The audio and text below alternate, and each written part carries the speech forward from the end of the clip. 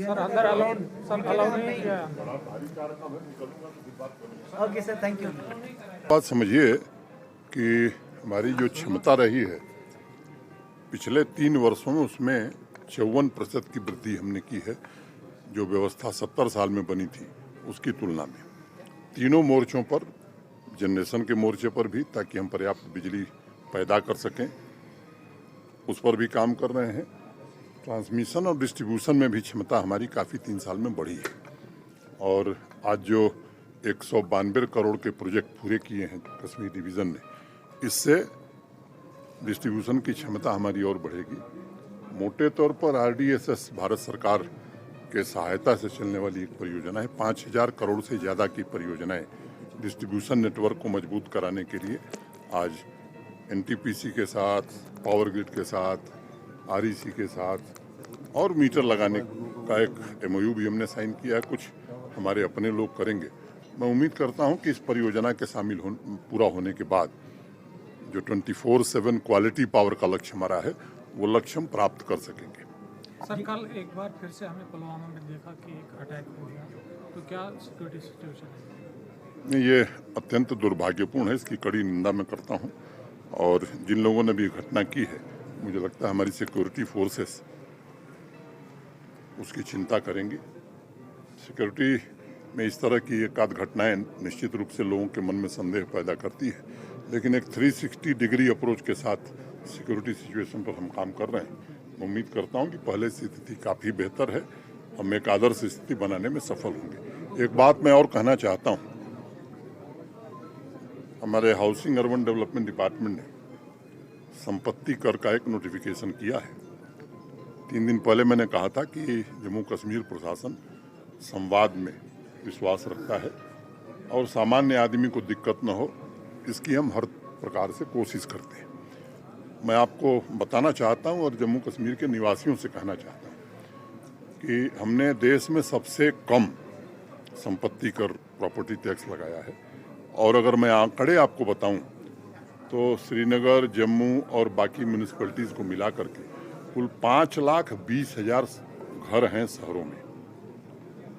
5,20,000, उसमें 2,06,000 घर ऐसे हैं जो 1,000 स्क्वायर फुट से कम है, माने 40% लोगों पर कोई टैक्स नहीं। 2,03,600 ऐसे घर हैं जो 1,500 स्क्वायर फुट के नीचे है। इसका मतलब कि अधिकतम 1,000 रुपये एक वर्ष में 1,000 रुपये एक वर्ष में, माने 1,000 रुपीज मैक्सिमम इन 1 ईयर। और इसमें भी 2,03,600 में से 80% ऐसे होंगे जिन्हें 600 रुपये से भी कम देना है। और मैं तुलना अगर शिमला से करूं, अंबाला से करूं, देहरादून से करूं, तो 1/10 of Shimla, Ambala and Dehradun.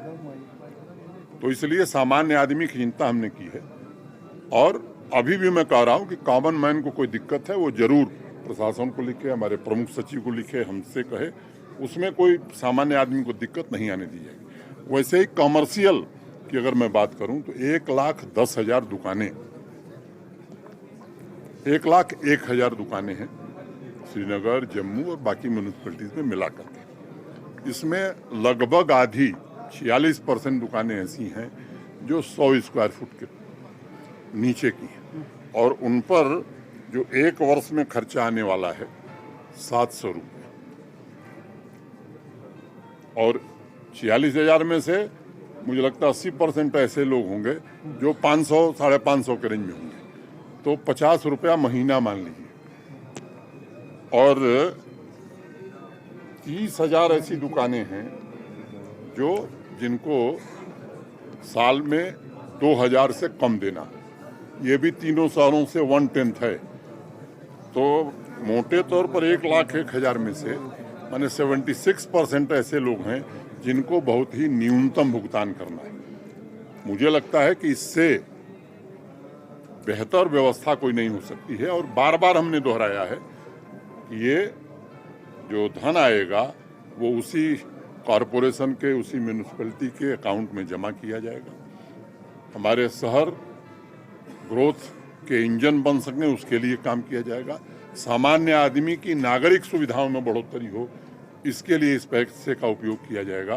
Consolidated fund of JKUT में वो नहीं जाएगा। मैं समझता हूँ, मैं जम्मू कश्मीर के सामान्य नागरिक से निवेदन करना चाहता हूँ कि आइए प्रशासन का सहयोग करिए, एक अच्छा जम्मू कश्मीर बनाने में हम सब आगे बढ़ें। Thank you. उस पर अब एक ही दिन में सब बात नहीं, G20 पर एक दिन विस्तार से आप लोगों जम्मू में को प्रोटेस्ट खाना खिला करके कुछ एम्प्लॉइज प्रोटेस्ट पे हैं। नहीं, आपको गलत सूचना है।